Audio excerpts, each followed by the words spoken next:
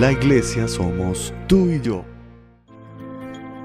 Toda escritura es inspirada por Dios y útil para enseñar, para reprender, para corregir, para instruir en justicia, a fin de que el hombre de Dios sea perfecto, enteramente instruido para toda buena obra.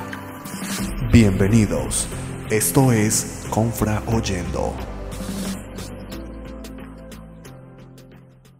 Resurrección, evidencia que exige un veredicto.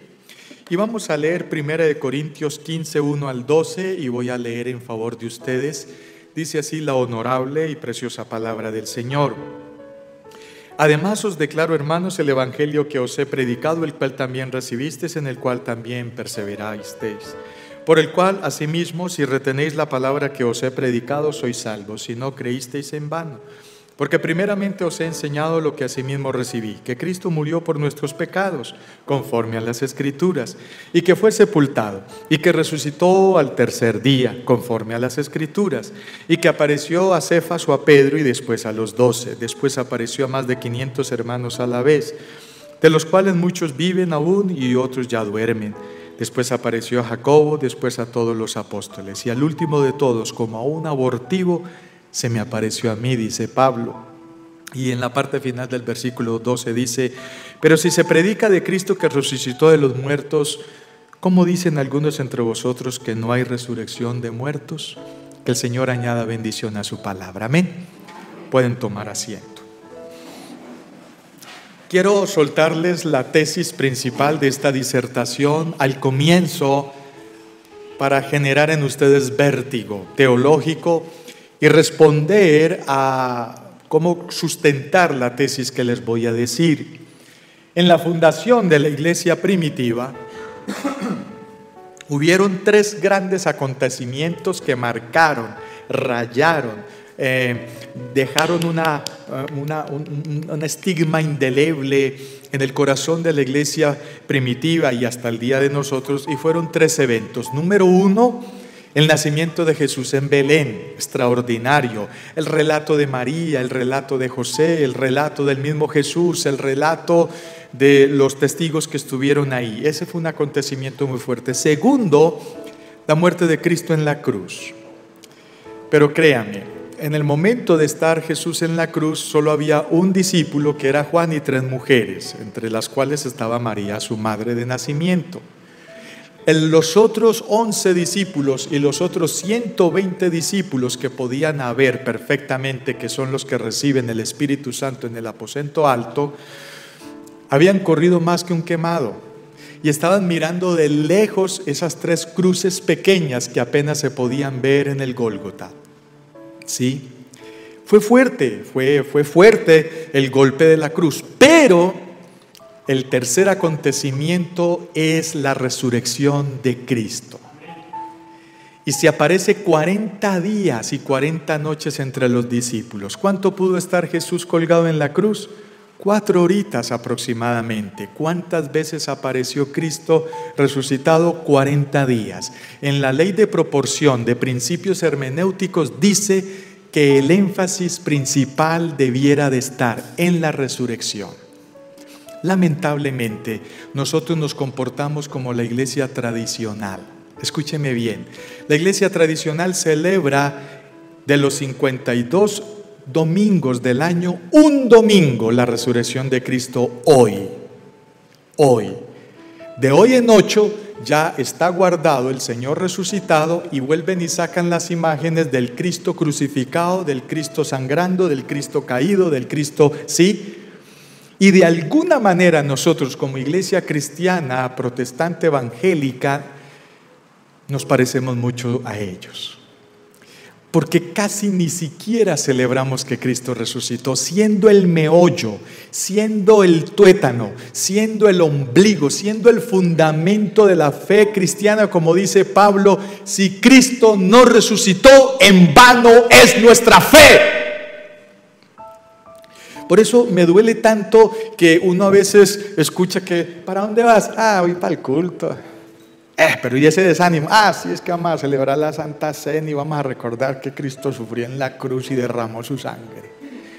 en una tristeza, en una agonía, y uno entiende, mejor dicho, a veces nuestros cultos no les hace falta sino el consomé, la aromática y el tinto desabrido para que esto quede como una sala de velación.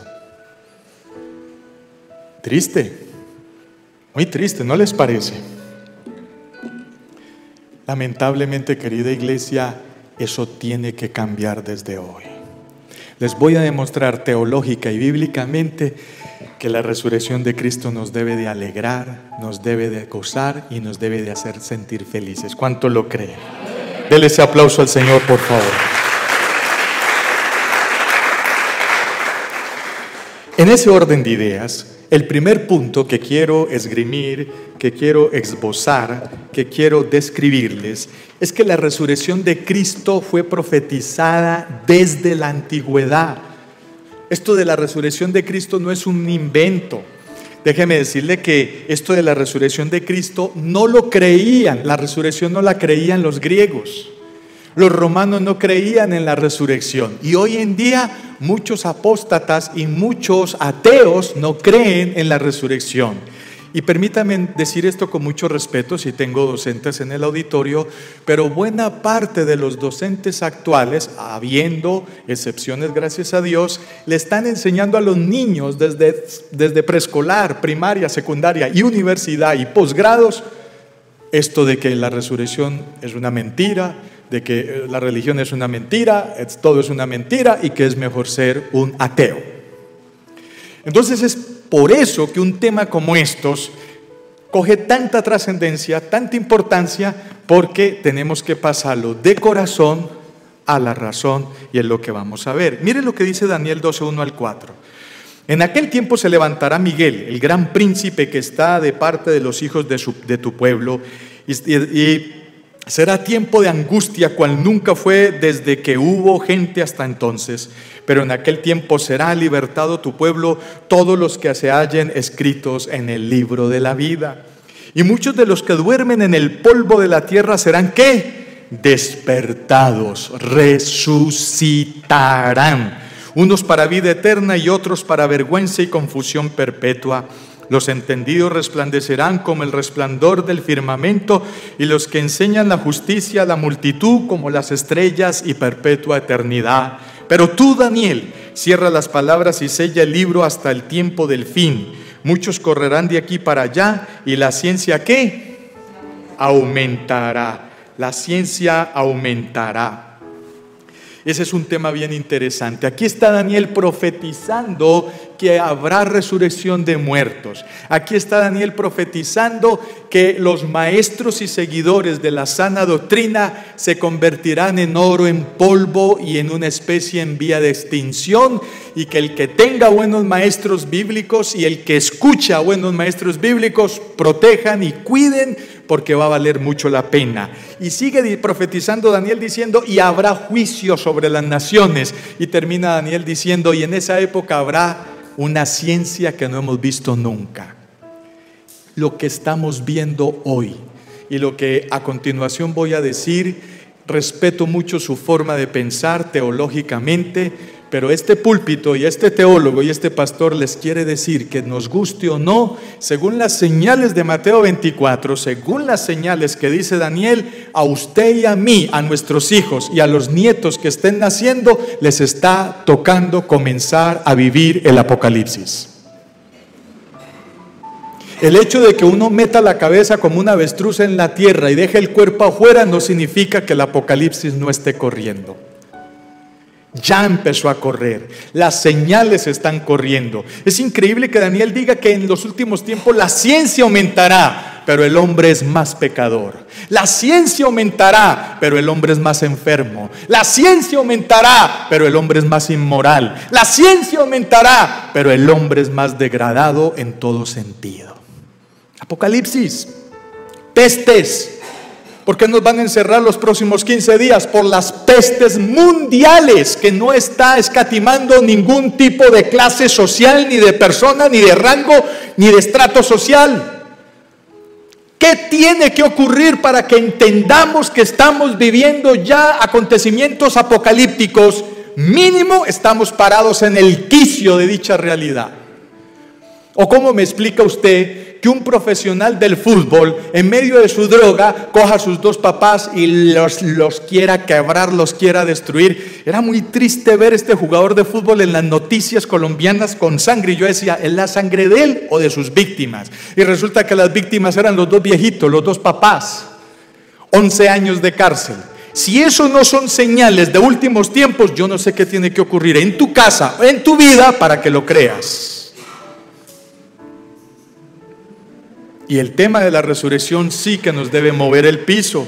La resurrección de lo mortal a lo inmortal y de lo corrupto a lo incorrupto es un tema que va en revelación progresiva en toda la Biblia. Cuando Adán y Eva le dijeron a la serpiente sí, automáticamente activaron el gen de la degradación física del ser humano. Dios había creado a Adán y a Eva para que vivieran 1000 años aproximadamente.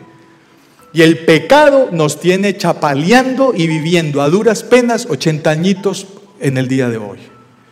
Nuestros papás ya están sufriendo, nuestros papás ya están diciendo, déjenme descansar porque este cuerpo no da más. 80 añitos, cuando los planes del Creador eran siquiera 1000 añitos. Ahora, con la resurrección de los muertos, con la resurrección de Cristo, la esperanza se aviva, porque ya no es tan importante esta carne y estos huesitos, sino el Espíritu que está en nosotros. ¿Cuántos lo creen? Denle la gloria a Dios, por favor. La resurrección va de la mano del tema de la profecía en 4 momentos teológicos. Esto lo estudiamos con mucha profundidad en el Instituto Bíblico de la Iglesia.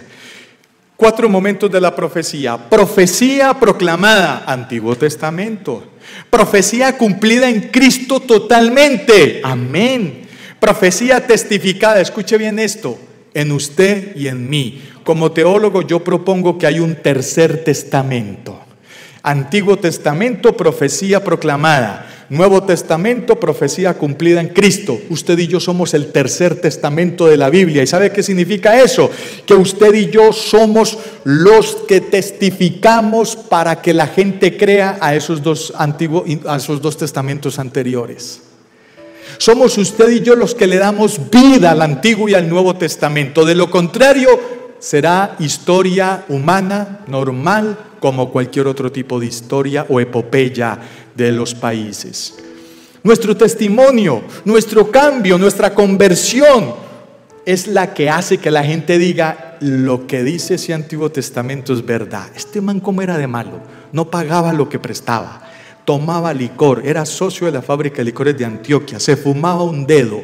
Es decir, cuando la gente ve cambios en nosotros reales, hacemos que el Antiguo y el Nuevo Testamento tengan sentido. Y en la medida de que la iglesia cumpla su testimonio, viene la 4ª parte, profecía consumada en tiempos finales. Ojalá que cuando el Señor nos llame a su presencia, porque hayamos dormido con nuestros padres, seremos entonces levantados de lo mortal a lo inmortal. Y si estamos vivos, seremos transfigurados de lo corrupto a lo incorrupto. ¿Cuántos esperan su transfiguración en cuerpos gloriosos para heredar el reino de los cielos? Amén. ¿Cómo se lee esto con resurrección? Normal. Resurrección proclamada. Ahí estamos leyendo a Daniel. Antiguo Testamento. Resurrección cumplida en Cristo Jesús, las primicias para que sigamos usted y yo.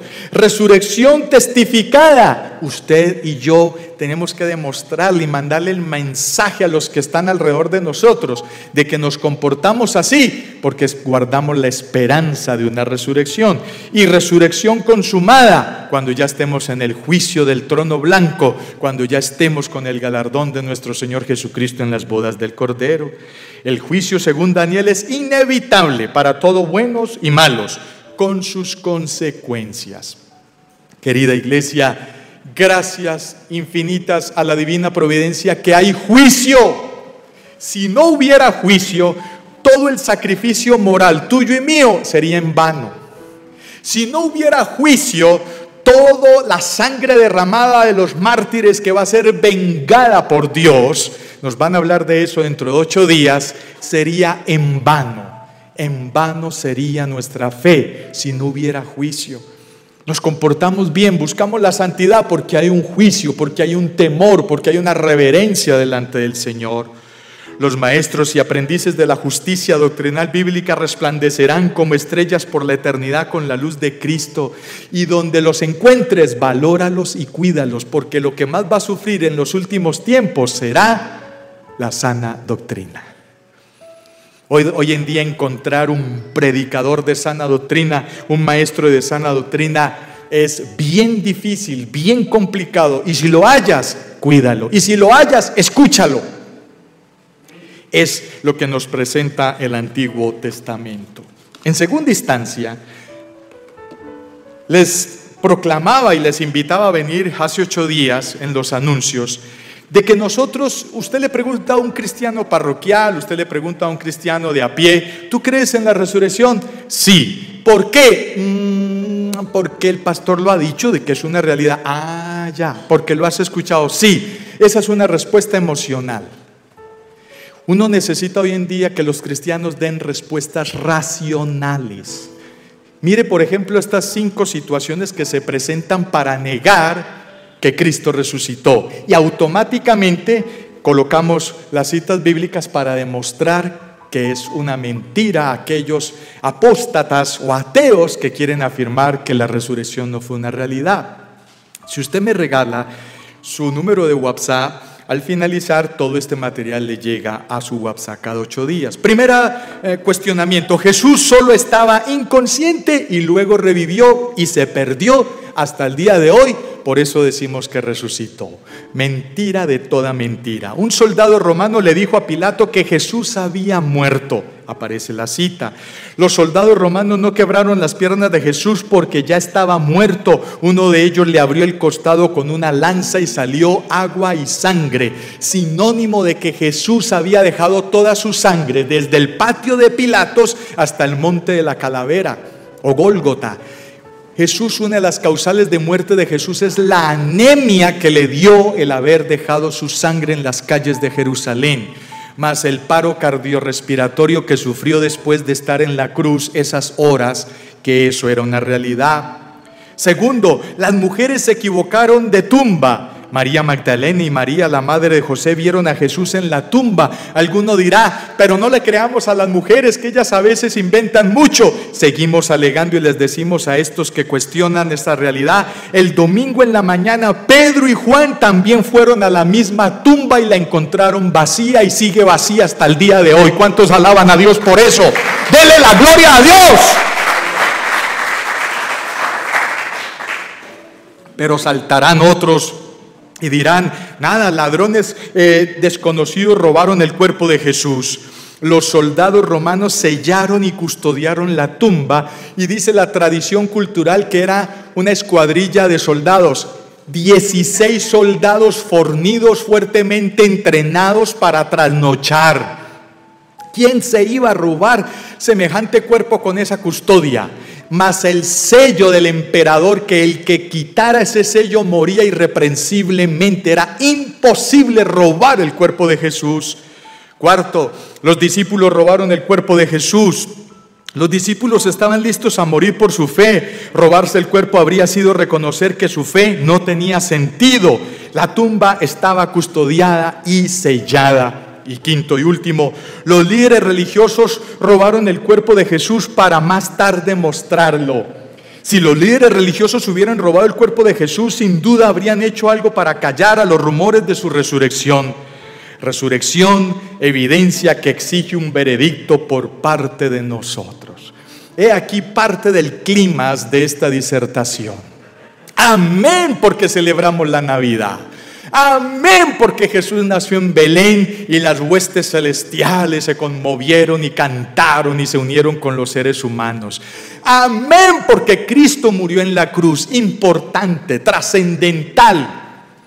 Pero ¿saben por qué murieron esos casi 700 testigos que leímos de 1 Corintios 15 al comienzo de la predicación? Eso es que va diciendo el texto: y se le apareció a Pedro, se le apareció a los 12, se le apareció a más de 600 hermanos a la vez, se le apareció, y al último de todos se me apareció a mí, dice Pablo. Son aproximadamente unos 700 testigos y todos murieron violentamente. yo voy a morir por una mentira. Josh McDowell, en su libro Evidencias que exigen un veredicto, dice que alguno afirmará que compraron a los testigos, ¿sí? Les dieron platica para que dijeran que Cristo resucitó y era mentira. Entonces dice Josh McDowell, sí, y después de que yo sepa que el cliente que me dio la plata, que Jesús compró testigos, ya está muerto, voy a seguirle el camino, voy a seguirle guardando honestidad. Yo me parrandeo la plata y digo que no, que yo no he visto a nadie resucitar. Murieron en las fieras, pasados por espada, apuñalados, quemados, ahorcados, de la manera que usted se quiere imaginar. Ahora, mire esta tesis. Cuando Nerón, cuando estos emperadores que persiguieron la iglesia cristiana desde el año 70 después de Cristo, que fue la profecía de Jesús diciéndoles no quedará piedra sobre piedra, y es una de las razones por las cuales los romanos y los judíos matan a Jesús, dice que del año 70 al 312 es perseguida la iglesia de una manera violenta. Y en ese orden de ideas quiero compartirles que hasta el año 312, con la conversión del emperador Constantino, su madre Santa Ana, creo que era que se llamaba, Santa Mónica, era cristiana. Este emperador se convierte al cristianismo y la iglesia deja de ser perseguida y se convierte en perseguidora. Tema para Instituto Bíblico y a los que les gusta venir a estudiar. Pero en medio de esa persecución, en medio de esa confrontación, ¿qué le decían los soldados a los mártires? ¿Usted va a seguir confesando que Cristo murió en la cruz? No, esa no era la confrontación. Esa no era la confrontación. Nadie negaba que Cristo hubiera muerto en la cruz. Nadie lo negaba. La confrontación era: ¿usted va a seguir afirmando que vio a Cristo resucitado? Sí, yo lo vi resucitado y comí con Él, y vi cómo traspasó la pared, y vi cómo traspasó la puerta, y estuvo con nosotros, y partió el pan con nosotros, y uno de nuestros discípulos metió el dedo, uno de nuestros compañeros metió el dedo en su llaga. Sí, lo vimos resucitado. Por seguir afirmando eso, entonces muere en medio de los leones. La iglesia cristiana primitiva no murió solo porque Cristo murió en la cruz, moría por afirmar que había resucitado. Pero nos parecemos tanto a la iglesia tradicional. ¿Cada cuánto celebramos que Cristo resucitó? Hágame el favor, respóndame. ¿Cada cuánto hacemos un servicio solo para alegrarnos con eso? Hoy daba brega que ustedes sonrieran, aunque ¿quién va a sonreír con esos tapabocas apocalípticos que nos pusieron? Así uno quiera sonreír, aunque déjeme decirle que uno puede ver la mirada. Cuando uno sonríe, uno cierra así los ojitos y uno dice, se está riendo, está contento, está alegre. Pues déjeme decirle que la meta es que ahorita vamos a oficiar la Santa Cena, y el énfasis es de que Cristo resucitó. Y yo he de ver, ay, si veo caras largas, ay, si veo caras con limón, ay, si veo trompas así largas, no tiene sentido, porque nosotros cada 8 días venimos a la Eucharistia en griego. Eucaristía en iglesia tradicional es la palabra en griego Eucharisti, y la palabra para español Eucharisti o Eucaristía es acción de gracias. ¿Y sabe por qué venimos a dar gracias al Señor? Porque Cristo murió en la cruz, y sobre todo porque Cristo resucitó. Dele la gloria a Dios. Piense en un ser querido que le faltó a usted. Por lo menos en mi caso, pienso en mi papá, que faltó hace unos 7 años. Y al ritmo que vamos, mi viejita va a faltar rápido. ¿Usted qué haría donde le resucite ese ser querido? Empieza usted a llorar, a estirar trompas, ¿cierto? A quedarse triste, lúgubre. Ay, qué pereza, resucitó a mi esposa. Horrible, resucitó a mi suegra. De pronto le da a uno la razón. Mauricio, eso está quedando grabado. Están grabando en esta. Bendito sea mi Dios. Yo quiero mucho a la suegra, la mía la quiero mucho. Ay, María. No, hermanos, ustedes saben lo que quiero decir. Gocémonos y alegrémonos porque Cristo resucitó. Dele la gloria a Dios por eso.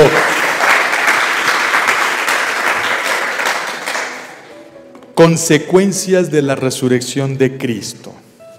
Y antes de leer el texto, y ese es el último punto para argumentar lo que les estoy predicando. Resulta y acontece que Jesús muere aproximadamente 3, 4 de la tarde de ese viernes. En esa época contaban un día si fuera una fracción de viernes, todo el sábado, una fracción de domingo, son 3 días. Y mire lo que dice Lucas. Ahí en San Lucas 1:1 al 5, efectos de la resurrección sobre la iglesia. En el primer tratado, oh Teófilo, hablé acerca de todas las cosas que Jesús comenzó a hacer y a enseñar hasta el día en que fue recibido arriba, después de haber dado mandamientos por el Espíritu Santo a los apóstoles que había escogido, a quienes también, después de haber padecido, se presentó vivo con muchas pruebas indubitables. Esto lo está diciendo un profesional de la época que era un médico, cirujano, apareciéndoseles durante 40 días y hablándoles acerca del reino de Dios.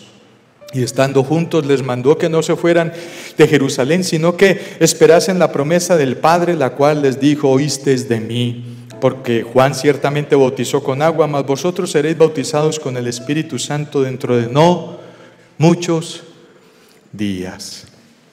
¿Qué pasó en esos 3 días? En esos 3 días, Satanás estaba en un tremendo bailatón, estaba celebrando, estaban felices porque habían crucificado el Hijo de Dios en la cruz. Recuerden que Satanás es un ángel caído que no es ni omnisciente, ni omnipresente, ni omnipotente. Ellos no sabían las implicaciones teológicas, pero estaban felices de haber crucificado a Jesús. Y estando allá, ¿sí?, Satanás con el diablo y las diablas, dándole al chispum, chispum, chispum, chispum, chispum, chispum, chispum, chispum. Llegué.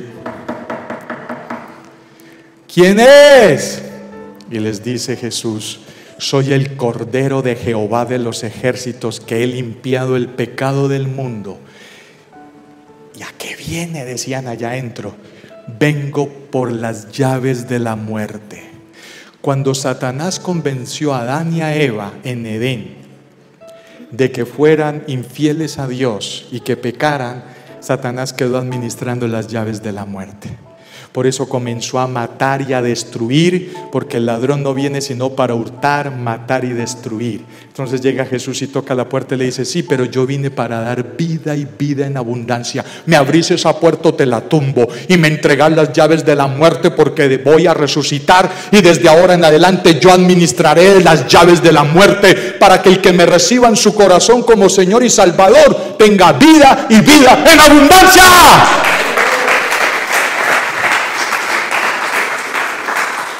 Hasta ahí llegó el chispum. Hasta ahí llegó la fachita.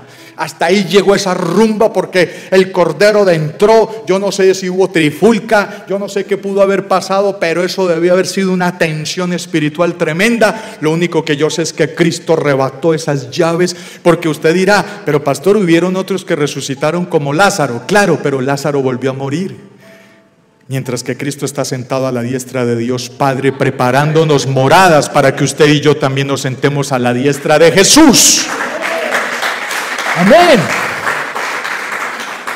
Entonces, querida iglesia, eso fue lo que sucedió en esos 3 días.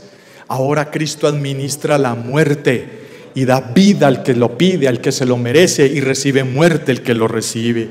Lucas dice que los discípulos fueron testigos presenciales de todo lo sucedido a Jesucristo, su vida antes de la crucifixión y los 40 días posteriores, donde les enseñó más acerca del reino de Dios, dejando marcas emocionales y racionales en la iglesia. Creo y estoy convencido que nosotros como congregación, como teólogos, como pastores, como iglesia, tenemos una deuda muy grande con esta doctrina. La doctrina de la resurrección no ha recibido la importancia, la trascendencia y la enseñanza que tenía que recibir. Me emociona mucho el tema. Les digo sinceramente que si la doctrina de la resurrección fuera más fuerte en nuestras vidas, facilito, dejabas de recibir un sueldo de mínimo para recibir 2 mínimos. Te lo voy a explicar. Cuando yo tengo una tesis teológica que el Señor me regaló, el adorador toma las características de lo que adora. Si tú sigues adorando un Cristo crucificado, vas a seguirte ganando un mínimo, porque casi no fluyen ideas, porque casi no fluye entusiasmo, porque casi no fluye alegría, gozo, gracia.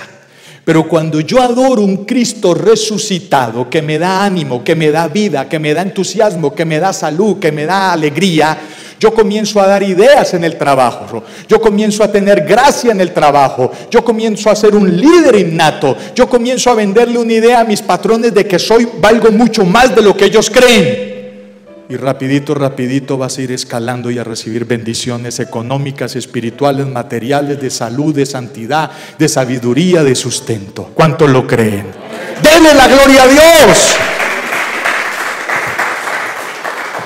Yo por lo menos desde ahora en adelante como pastor lucharé para que mis pastores, el equipo ministerial de la iglesia, cuando oficiemos la Santa Cena, no falte la acción de gracias porque Cristo resucitó.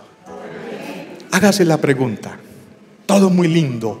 O sea, ahorita con esto en la Semana Santa todo el mundo se vuelve muy sensible, no tanto como antes, pero sí hay sensibilidad espiritual, mucho material en la radio, en la televisión, etcétera, el internet. Se demuestra de muchas maneras que Cristo murió en la cruz. Supongamos que la historia solo nos relata eso hasta ahí. Amén, el cristianismo, Cristo murió en la cruz y no hay más nada. ¿Usted sabe qué hubiera pasado? Si Cristo no es elevado al reino de los cielos a sentarse a la diestra de Dios Padre, el Espíritu Santo no viene. Y si el Espíritu Santo no viene sobre nosotros, porque Jesús lo dijo, es necesario que yo vaya para que les mande el Consolador, el Paracletos. Si el Espíritu Santo no viene, no hay iluminación bíblica. Si no hay iluminación bíblica, todo lo que está en el texto sagrado sería mera letra, mera historia no más, y ni hablar de las demás consecuencias. Gracias a Dios, Cristo resucitó. Todavía en la actualidad hay personas que dudan de la resurrección de Jesús, pero Él se apareció a sus discípulos en muchas ocasiones luego de su resurrección, probando que estaba vivo forever, por siempre. Recuerde esta tesis: 4 horas sufriendo en la cruz, 40 días mostrándose de que estaba resucitado. Algo nos estaba diciendo el Señor con esa ley de proporción. Note el cambio que la resurrección hizo en la vida de los discípulos. Durante el momento de su muerte estaban temerosos, desilusionados e incluso temían por sus vidas. Luego de la resurrección dejaron de temer y arriesgaron todo por esparcir alrededor del mundo las buenas noticias de la fe. La iglesia primitiva en los primeros 312 años evangelizaron todo el mundo conocido de los 3 continentes, Asia, Europa y buena parte de África. ¿Por qué? Estaban testificando que Cristo resucitó. Y la buena noticia que tengo para ustedes, acuérdense cuando Tomás mete el dedo en la llaga, imagínense usted una herida todavía sanando y mete el dedo ahí y le dice Jesús a Tomás: Tomás, ¿crees porque me estás tocando? Bienaventurados los miembros de la confraternidad de la Floresta que creen sin haberme tocado y testifican que yo he resucitado. ¿Cuánto lo creen? Amén, amén, amén. Según esas palabras de Jesús, parece ser que nosotros que creímos sin haber visto, solo por el reflejo del testimonio de los que creyeron, tendremos mayores bendiciones en el cielo por eso. Enfrentaron prisiones, castigos físicos, rechazo y martirio, pero nunca comprometieron su misión. Estos hombres no hubieran arriesgado su vida por algo que fuera un fraude. Sabían que Jesús resucitó de la muerte y la iglesia primitiva se encendió con su entusiasmo para proclamar la noticia a otros, testificando al mundo conocido. Increíble, hermanos. Qué rico que usted y yo somos parte de ese remanente que afirma que Cristo resucitó y eso ha cambiado nuestra vida. Alguien le dirá a usted: pero es que usted no estuvo por allá, usted no se dio cuenta. Y usted le puede responder: mire, escúcheme bien, yo no estuve allá, pero yo tengo el Espíritu Santo que sí estuvo allá, está en mí y me da testimonio de que Cristo resucitó y es suficiente para mí. y mire el cambio que hay en mi vida. Eso le cierra la boca al profesor ateo, eso le cierra la boca al patrón apóstata, eso le cierra la boca al cónyuge inconverso. ¿Quién puede quitarnos el derecho de confiar y creer en la resurrección de Cristo? ¡Nadie! ¿A que entonces lo vamos a matar por eso? Me honran que mi sangre forme parte de los mártires de la iglesia. Es importante saber que podemos confiar en su testimonio 20 siglos después. Todavía podemos tener la certeza de que nuestra fe se basa en hechos respaldados por el Espíritu Santo. Vamos a ir concluyendo y vamos a ir preparando el ambiente, los pastores, los diáconos. Hay 3 eventos que marcaron por siempre a la iglesia de Cristo: su nacimiento en Belén, su muerte en la cruz y su resurrección, siendo esta última la más impactante y confrontante para la iglesia de Cristo hasta nuestros días. Por lo cual, al tomar la cena del Señor, no solo debemos de hacer memoria de su sacrificio en la cruz, sino también de su resurrección y victoria sobre la muerte para nosotros. Que quede claro que parece ser que los discípulos varias veces estaban cenando, haciendo memoria de la muerte de Cristo, y en ese preciso momento se les aparece el resucitado. ¿Qué estaba buscando Jesús? Que en nuestra ceremonia de Santa Cena tengamos en cuenta que Él no se quedó en la cruz, que resucitó para darnos vida y vida en abundancia. Seamos pues los testigos por convicción y relación del hecho histórico de la resurrección, ya que la promesa afirma: más bienaventurados los que creen en sí, creen sin haber visto, convirtiéndonos en el veredicto vivo de la evidencia de la resurrección de Cristo entre los seres humanos. ¡Demuéstreme que Cristo resucitó!, dice el altanero incrédulo, y usted le dice: yo soy un milagro vivo de esa resurrección. Yo era esto, y desde que Cristo llegó a mi vida cambió. Eso o saca a alguien de la condenación o lo condena por la eternidad. Tu testimonio, mi testimonio. Resurrección, evidencia que exige un ¿qué? Veredicto. Y el veredicto somos tú y yo. Confraternidad La Floresta.